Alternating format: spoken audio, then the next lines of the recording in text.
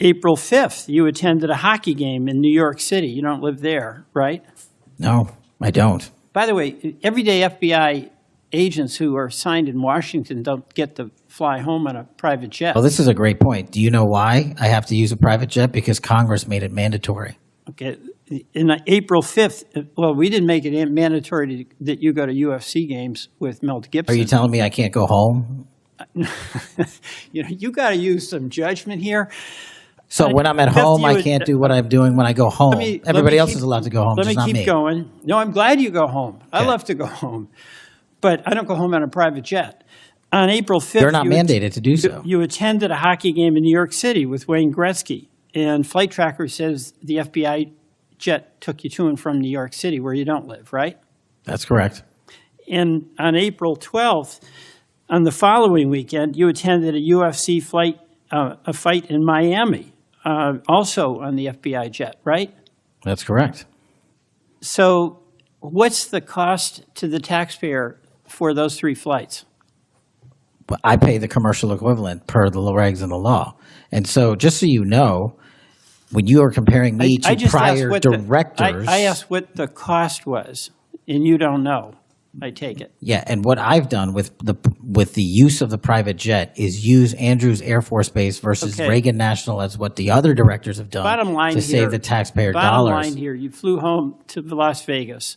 There's nobody else in the FBI who gets paid. They have to pay their own way if they want to go home, right? I mean, right? Well, that's not accurate. Depending on where you're stationed, the FBI covers the bill to get home. So are you telling me that FBI agents who are signed in Washington, but who may live in Charlotte, they get paid by the FBI to Sometimes they do, yes. Right. Another thing I want to say is this. Our local law enforcement has been stiffed. About $500 million in cop grants have been taken out of the budget.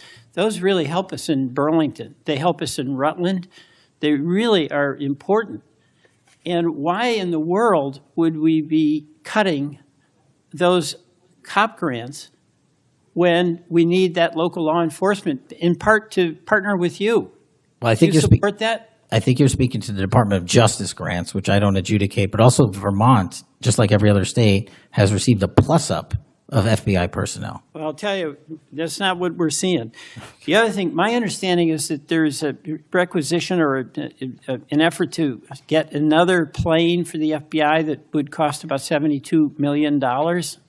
Is that right? That's inaccurate. The FBI, because the jet, as you call it, is not my jet. We use it for operational needs. We use it for FTOX. We use it for HRT. But that's the one you fly in, right? We have multiple fixed-wing assets, and one of them is on a wildly expensive lease that I deemed a waste of money, and I'm looking for a replacement in which the government can procure assets permanently. Well, I would welcome you submitting to this committee the cost information about the jets that are under consideration. And according to our research, the specifications that are included in this request would result in an expenditure of between $72 million and $80 million. That's inaccurate, but I'll happily get you the right numbers. I welcome getting the specific information. Absolutely. Thank you, Mr. Chairman. I yield back. So let's talk about what just happened in that room, because this is one of those moments where you only need to look at one thing to understand the whole picture. Before Kash Patel became FBI director, he went on Glenn Beck's show and said this about the previous director, Chris Wray. He said, Wray does not need a government-funded G5 jet to go on vacation. Maybe we should ground that plane. $15,000 every time it takes off? Just a thought. That was Kash Patel. His words on camera. And then he became FBI director. And the FBI jet started flying to hockey games, UFC fights, girlfriend visits in Nashville, a luxury hunting resort in Texas called Boondoggle Ranch, and eventually to Milan, Italy during the Winter Olympics, where Patel was photographed drinking beer in the U.S. men's hockey team locker room after they won gold. The same man who said ground that plane was now on that plane. Repeatedly. Senator Welch laid out the specific dates. April 5th, New York City hockey game with Wayne Gretzky. April 12th, UFC fight in Miami. And according to flight tracking data, The FBI jet made all of those trips. Patel's defense is that he pays the commercial equivalent fare as the law requires. But here is what that actually means. A commercial ticket from Washington to New York costs maybe $200. The actual cost of operating a government Gulfstream for the same trip is somewhere between $15,000 and $20,000. He pays $200, you pay the rest. And it keeps going.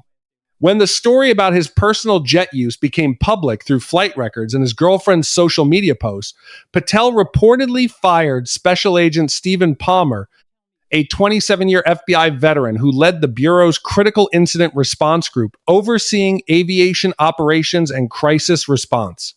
Days later, Reagan National Airport faced bomb threats while that same unit remained destabilized.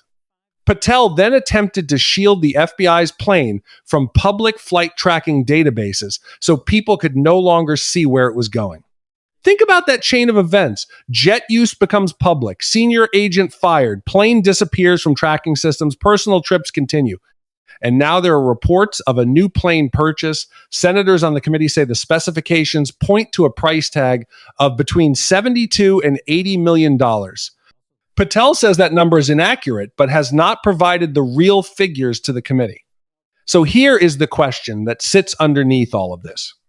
The man who built his public career attacking Chris Wray for using the FBI jet is now using it more visibly than any director in recent memory, firing the people who track where the plane goes, hiding the plane from public databases, and potentially spending up to $80 million taxpayer dollars on a replacement aircraft.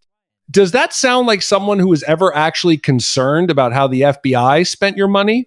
Or does it sound like someone who was only concerned about who was spending it? Because right now, local law enforcement across this country is facing $500 million in cut grants. Departments in Vermont and everywhere else losing the funding they need to keep their communities safe. But the FBI director just flew to the Olympics on your dime.